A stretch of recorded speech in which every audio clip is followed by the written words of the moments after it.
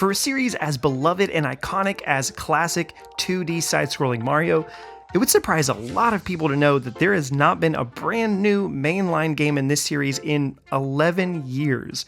The last time the series saw that big of a gap was between Super Mario World, arguably the pinnacle of 2D platformers, and the smashing success that was the new Super Mario Bros. On the DS 16 years later, which was a huge modernization to the series at the time. And now, after that modernization ran its course and got fairly formulaic and stale, Nintendo has bust down the doors to once again assert dominance at its stellar and whimsical capabilities in the world of 2D platforming with Super Mario Bros. Wonder. Let's take a look at everything we know about this game, especially focused on the best new features that will surprise and delight tens of millions this holiday season. Let's talk about it.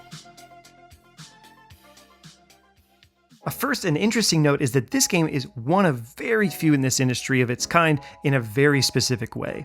All-time Nintendo legend Takashi Tezuka told Eurogamer that the game started with no deadline for prototyping and workshopping ideas. He said, "I wanted to prevent people from saying, we won't make that deadline, so that's why we didn't do it, because we can't do it." And that rare stance in this crunch culture is what seems to have been the soil to sprout the flowering ingenuity behind Super Mario Bros. Wonder. To kick it off, why are we even doing this adventure? Princess Peach is on the box art, so she didn't get captured again, did she?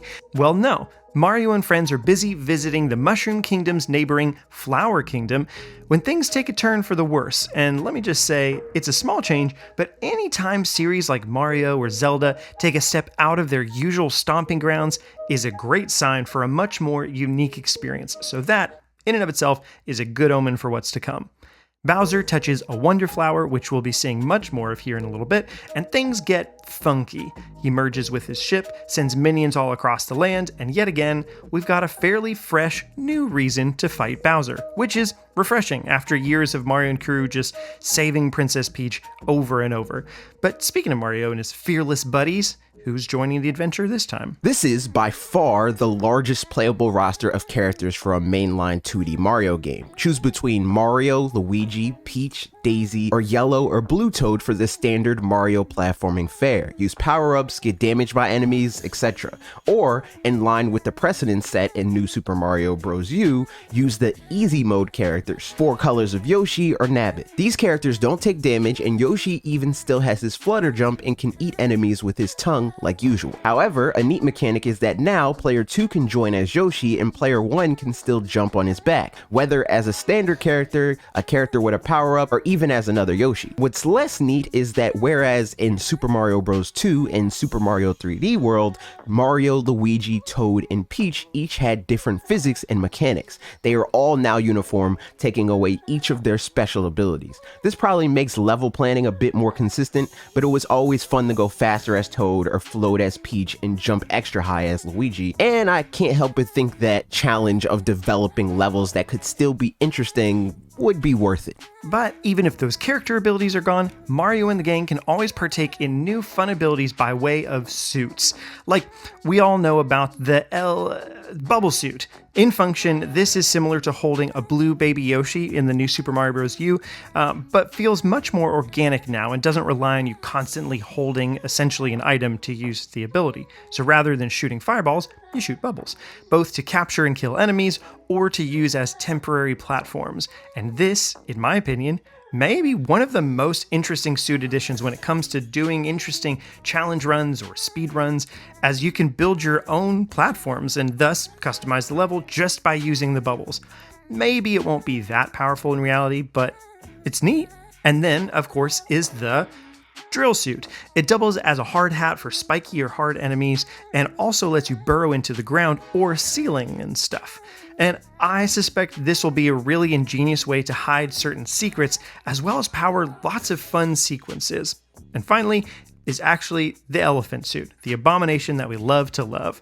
And it's not just Mario. All of the primary characters can be an elephant and swing the trunk, store water and use that, break tons of blocks, be, generally thick, and rule the jungle. There will definitely be more suits to discover, but this first batch is really exciting. Honestly, all the more exciting when you pair it with the brand new badge feature. To be frank, this is when the game details went from standard, if not a bit disappointing in my opinion, to actually wild. Throughout the game, you can earn badges. The first game trailer gave us a hint of these as Mario and Peach used one of those badges, but we didn't really get it. Badges are like extra abilities that you can equip to your character on your way into a level, and they give them some kind of bonus. Some of these return in a way, like a safety bounce where your character will hit a pit or lava and bounce out of it once to be able to make up for a mistake in your miscalculations. Peachette had this ability in New Super Mario Bros. U Deluxe, but some of the rest are amazing. From simpler stuff like being able to use your hat to glide or climbing walls to a grappling vine and constantly sprinting and being perpetually invisible and much more. Back to speedrunning. I'm excited to see how the Mario community uses these to make levels play drastically differently, and also excited for myself to use them in interesting ways. Whereas Mario games of the past have largely been built around a central mechanic in a level and power-ups that function well with that mechanic, this is the most open-ended and flexible a 2D Mario game has been, possibly ever. One of the most exciting inclusions with these badges is the badge challenge levels. The world map lets you traverse a lot of levels in standard fashion, following a set path that you can just choose which direction you go. But then there are open areas that let you tackle courses in the order that you want. This is a nice quality of life change and is reminiscent of the approach from Super Mario 3D World and Kirby and the Forgotten Land, both of which are phenomenal. And the badge challenge levels are especially reminiscent of Kirby and the Forgotten Land because they do use one central mechanic and seemingly test your abilities with it, the same way the challenge levels in Kirby do. And to me, these were a great part of that game, where you could ignore them if you want, but it was a way for the development team to push your skills further in a condensed challenge than they could by putting it in a regular level that everyone has to beat. Optional, but difficult challenges are a really good option when approaching new tools that have a lot of potential depth. Furthermore, the Flower Kingdom has 7 distinct areas, but it's almost a guarantee that there are 1 or probably 2 more once those are completed. Bowser's Kingdom and a Rainbow Road or Challenge Road kind of area. Also, as we're talking about levels, I want to stop and point out one really exciting change to me. The timer is gone. There are so many tools here to be able to hide fun secrets, and exploration and a timer have always seemed diametrically opposed to me. So now that there's no timer, it's possible to make these levels way more deep and rich in a way that everyone could access, but not everyone has to see. So I really hope they take advantage of that. But what they have taken advantage of is the opportunity for brand new enemies populating the Flower Kingdom. Of course, Goombas and Koopas and Lakitus are back, but there are so many more that feel brand new. A lot that we've seen but haven't been mentioned. Bonballs eat anything in their path, Conks are glorified thwomps, Hoppy Cats copy when players jump, Melon Piranha plants use Ivysaur neutral special, and Condarts plunge themselves in the player's direction and stick into whatever surface that isn't breakable or killable, I guess, in addition to a bunch of other enemies. And our interactions with these enemies and their levels will change at the drop of a hat, or touch of a flower. Wonder Flowers, the same powerful item that turned Bowser into the monstrosity that he is, also changed the level into something crazy. We can't say for sure yet, but it seems like a fair chance that every level's Wonder Flower will do a different thing to its level. Whereas one makes the pipes come alive, another will tilt the world, or turn you into a Goomba, or do bubbly stuff. This is another place where the scope of this game goes from pretty neat and cool to really awesome. Fun moments that will keep feeling special all the way through. With this kind of mechanic, Nintendo can throw every idea at the wall and have a good place for them. I can't wait to see how this gets included throughout Mario's adventure. Every Wonder Flower sequence contains a Wonder Seed. These are the main collectibles, like Power Stars in 3D Mario. You also get one at the end of every standard level. These are used to unlock more levels, and I should note that the collectibles you receive throughout levels also include both regular coins and purple coins. Seemingly, purple coins are one of the ways that you can buy items in shops, namely badges. Those can also be earned from their challenges from what it looks like. And of course, as with the last few Mario outings, you don't have to do this alone. Party up with up to 3 others locally and enjoy the levels as a team. For what it's worth, I will almost definitely be mostly playing this with my wife and my daughter, who's, 2.5, so she could probably play as Yoshi maybe a little bit. We'll see what happens. Notably, there doesn't seem to be character collision anymore, and this is a great change that'll make these levels go from angry chaotic to fun chaotic.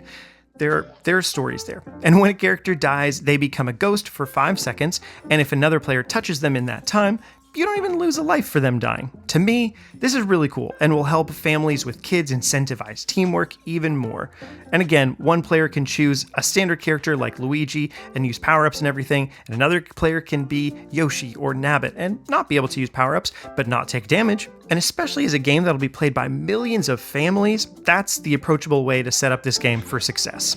However, that's quite different from online play. This is a bittersweet solution, but honestly will probably be for the best in just about every way. So no, you can't just play online co-op the same way you would locally. That was possible in Super Mario Maker 2 to varying levels of success, usually low success, and also possible in Super Mario 3D World on Switch to milder levels of success, but still not great. So instead, the solution is to be able to party up with other people and see each other play in real time as live ghosts. They're even able to revive you the same way you can in local co-op, and honestly, this may be the most ingenious solution they could have come up with. It's the best of both worlds, honestly. You have full control of your own screen, so you don't have to fight over who's exploring where, but still get to be in the world with your friends or random people and revive them, give them power-ups, or even leave a standee to revive someone who needs a hand. And all of this, of course, can be played on the new Mario Edition OLED Switch. It's the red one, but with a nice little touch of coins hidden in the back. It's like an underground level.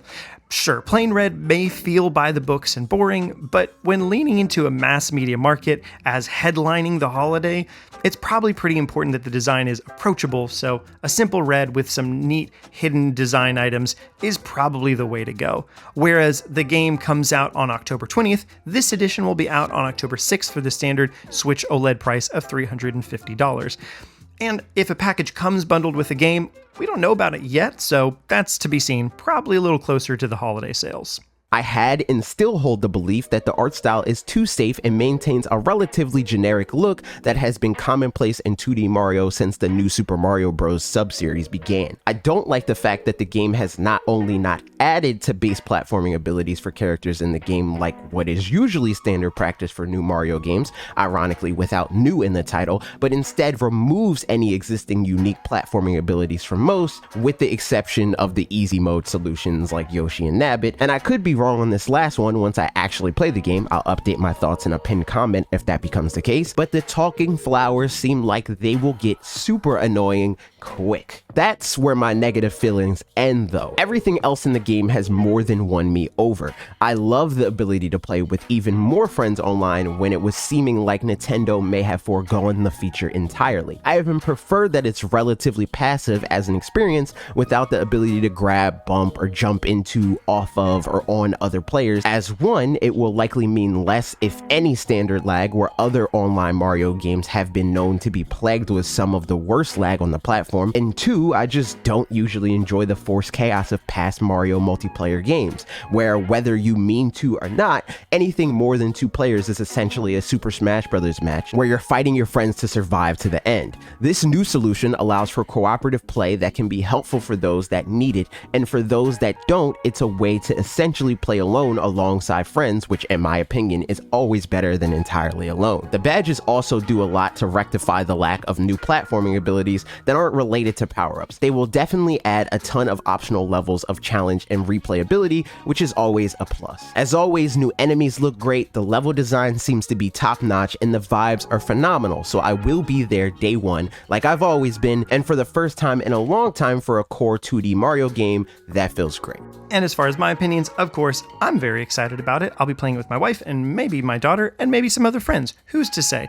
But it's very exciting, and I think there's just going to be a lot of nice surprise and delight moments that look to be really ingenious, and that is a fun part of gaming to me. And it comes out just before my birthday, so, you know, that's always fun. If you want to support this channel, check out our Patreon to see if any of the available tiers are a good fit for you. If you want to hang out with the community, our free to join Discord server is linked in the description, alongside that and all our social media accounts. Above all, subscribe to Redirect and ring the bell to be notified when new videos go live. Okay, that's it for me. See you next video.